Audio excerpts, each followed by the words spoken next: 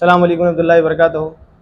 जैसे कि आप सब देख रहे हैं, इलेक्शन चल रहा है और अक्सर लोगों के चेहरे सामने आ रहे हैं।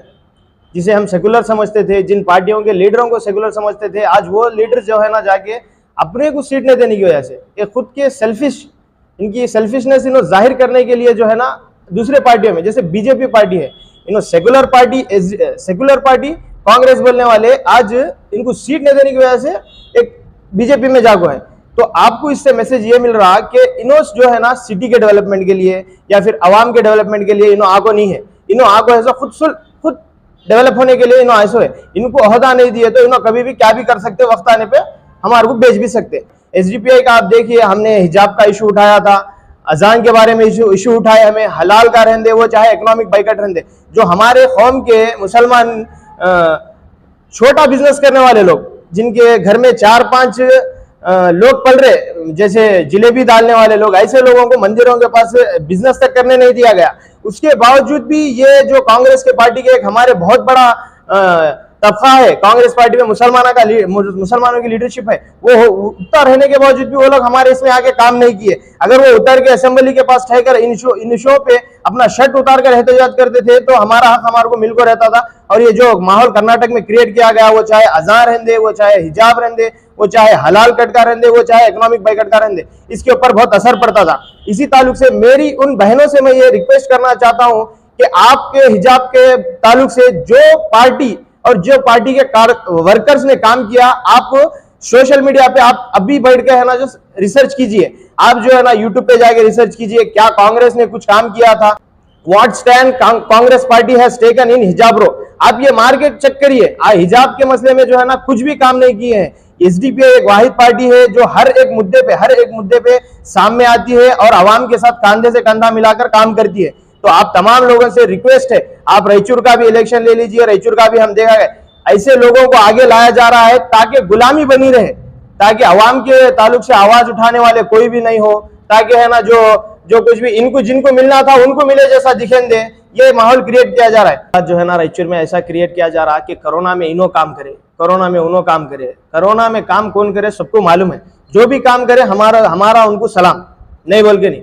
लेकिन हमारा एसडीपीआई का आप देखिए, ना एक काउंसलर है रायचूर में, ना एमएलए, ना कुछ भी है। इसके बावजूद भी हमने 1200 से ज्यादा है ना लोगों को राशन किट प्रोवाइड किए थे और 100 से ज्यादा लोगों को जो है ना दफनाए थे ले जाके। ये दफनाने का मसला एक ऐसा था कि बाप बेटे को जिस वक्त हाथ नहीं लगा रहा था उस वक्त हमने लोगों ने जाके दफनाया था। हमारा ऊपर से एक ही ऑर्डर आया था, ये जो मर रहे शहीद है, अगर आपके शहीदों को आप नहीं इज्जत से ले जाके उनकी जो आखिरी रसूमात है वो अदा नहीं करेंगे तो बरोज़े महशर में ये आपका गिरेबान पकड़ दे। ये एक बात पे जो है ना हमारे कई वर्कर्स ने आगे आके काम किया। तो आप लोगों से रिक्वेस्ट है, ये जो बता रहे माहौल क्रिएट कर रहे ये झूठ है। आप जानते जो काम किए उनको हमारा सलाम, लेकिन हम कुछ भी नहीं होते हुए रायचूर में कुछ भी एक पॉलिटिकल हम पावर नहीं रखते हुए भी हम ये लेवल का काम किए। तो आप कैलकुलेशन करिए, अगर हमारे 2-4 काउंसलर या फिर एमएलए आ जाते तो क्या लेवल में हमारा काम होता था।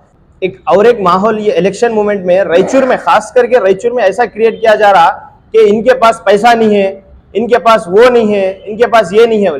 जो कैंडिडेट पैसा खर्च कर रहा, आपको क्या लगता है उन्हें आपके नेकी कमाने के वास्ते में पैसा खर्चा कर रहा रहेगा? नहीं कर रहा। उन्हें आपसे लूट को आपको दे रहा, और जो दे रहा वो है ना बाद में कमाने की नीयत से दे रहा।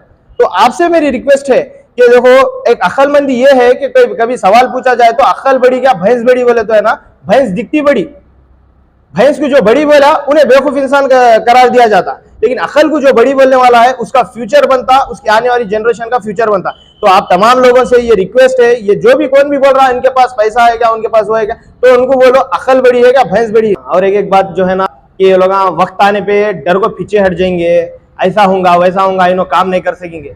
तो मैं उन लोगों को बता रहा हूं जो बेवकूफ बना रहे अवाम को, world's richest organisation, world's strongest organisation, world's largest organisation, ये 3 खिताब आरएसएस को दिए गए हैं, जो सबसे स्ट्रांग, जो सबसे लार्ज है और सबसे ज्यादा पैसे वाली है आरएसएस। वो आरएसएस से हम डर रहे नहीं, उसको ईंट का जवाब पत्थर से दे रहे। तो हमारी नजरों में आप मच्छर और मक्खी से ज्यादा अहमियत नहीं रखते, ये हमारे को मालूम है और आवाम भी बेहतर जानती। एसडीपीआई है ना हर वो इश्यू पे काम करी जो इश्यू पे एक बड़े बड़े अहदेदार भी पीछे हट रहे थे काम करने के लिए। तो ये जो है ना बेवकूफ बना रहे अवाम को, और एसडीपीआई इसका जवाब इंशाल्लाह बेहतरीन तरीके से आने वाले दिनों में देने वाली है इलेक्शन में। तो आप तमाम लोगों से गुजारिश है मेरी कि एसडीपीआई को ये सब चीजें आप सामने रखते हुए एसडीपीआई को वोट करें। ये तमाम चीजें आप अगर एसडीपीआई का आज साथ देंगे तो इंशाल्लाह हमारे आने वाले फ्यूचर के लिए, हमारी जनरेशन के लिए एक बेहतरीन फ्यूचर बनेगा, ये हम आपसे वादा करते हैं।